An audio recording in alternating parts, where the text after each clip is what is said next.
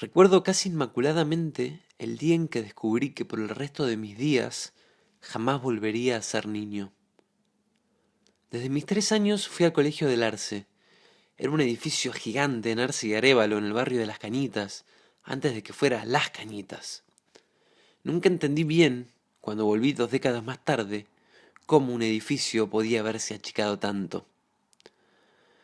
Había una barra en la puerta principal y única entre las dos ventanas que recordaba de esas veces en las que tenía que esperar durante años a mamá o a Norma, la señora que nos cuidaba. Ese travesaño metálico me tapaba los ojos. Cada vez que me agachaba y miraba a la calle sin mamá ni Norma viniendo a buscarme, cobraba fuerza la teoría de que me habían abandonado para siempre. Lo más extraño de haber vuelto de grande es que ahora esa barra no me llegara ni a la cintura. Cuando terminaba sexto grado, sin embargo, nos teníamos que mudar de Arce al edificio de Jorge Newbery, donde estaban todos los grandes. Séptimo secundarizado, le decían. Ni la bruja de Blair Witch me hacía temblar tanto como escuchar esas dos palabras juntas. Una noche llegó mamá, hizo tangibles mis mayores miedos. Me contó que a partir del año siguiente iríamos más tiempo, entraríamos a las 7:30 de la mañana, tendríamos 12 materias, más profesores, más exigentes y con cero compasión. Tendríamos un libro de faltas contadas, como un cuaderno, donde unos encargados de nosotros marcarían cada error y forjarían un estricto régimen disciplinario. En otras palabras, al año siguiente tendría que ir a la cárcel. Mamá me hablaba y yo ya ni la escuchaba. Sentía que mi estómago, mi corazón y mis pulmones se cerraban en una densa angustia. Empecé a llorar, desconsoladamente.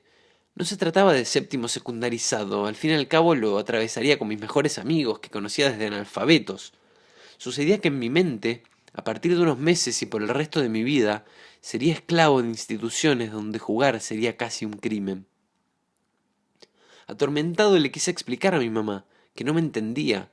Le dije que el séptimo secundarizado era solamente la punta del iceberg de una estafa piramidal de dimensiones incalculables, que al año siguiente empezaría la secundaria en serio, con más profesores, más materias, más tareas y tardes llenas de obligaciones, con más sanciones, más disciplina, menos sueño y menos PlayStation, que año tras año subsiguiente ese nivel de dificultad sería duplicando, que toda la vida había jugado en fácil, pero jamás volvería a hacerlo, porque inclusive después la división sería sepultada por completo, teniendo que ir a la facultad, el modo imposible de la educación.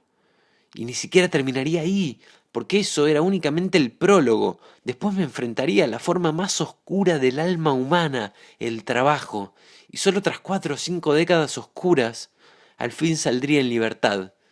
Pero ya sería demasiado tarde. Ese día supe que mi infancia había llegado a su fin. Lloré y sufrí. Años más tarde, descubriría que el panorama distópico que me planteaba no distaba casi nada de la realidad, pero entendí que el verdadero motivo del llanto había sido una confusión de personajes, quien tendría que enfrentar todos esos niveles cada vez más difíciles de la vida, ya no sería ese yo. El miedo es el mayor invento del hombre para frenar prácticamente todo avance. Temer a conocer cosas nuevas o diferentes es en realidad miedo a que esas experiencias nos hagan cuestionar la verdad del mundo que creemos tener, que nos hagan dudar de nuestro conocimiento, que quizás lo que les habíamos dicho a otras personas sobre nosotros no era tan cierto. No es difícil encontrarse a alguien que afirme que no prueba tal droga porque sabe cómo es y tiene miedo de que se vuelva adicto.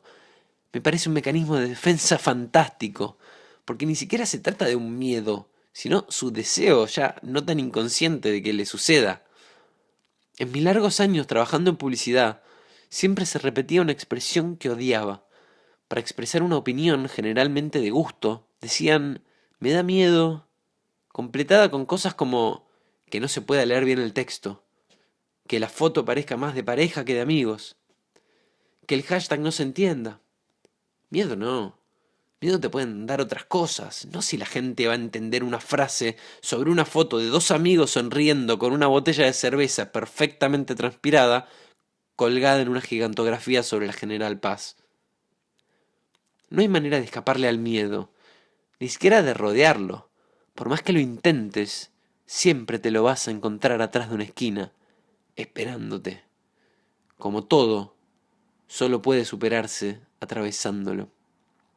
Hay gente que tiene miedo a crecer, al séptimo secundarizado, a las alturas, a las arrugas, o hasta conocer a alguien a quien ofrecerle el poder de alegrarnos la vida o arruinarla en igual medida. Muchos tienen miedo a volar. Se imaginan al avión cayendo en el medio del océano, volando en pedazos, no teniendo una última oportunidad de decirle a alguien que lo querían, que lo odiaban, que lo amaban o que lo deberían haber matado de haber sabido su fatal destino.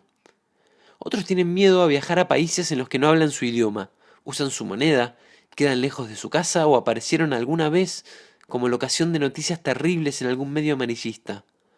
No solo es natural, es lógico, pero al miedo solamente se lo desactiva hablando con él, entendiéndolo, yendo a la fuente, descubriendo que nació de una persona y no de un ente fantástico, invencible y todopoderoso. Abrazándolo, es posible cambiarle la carga, y en vez de que sea el fin de todas tus historias, puede ser el incidente incitador de la película de tu vida, ese punto al que después de vivir nunca más vas a volver. Hay un gran error en pensar que la contracara del miedo es la valentía. Ella es simplemente un complemento a ese enemigo invisible, eterno y presente. El verdadero opuesto del miedo es el aprendizaje.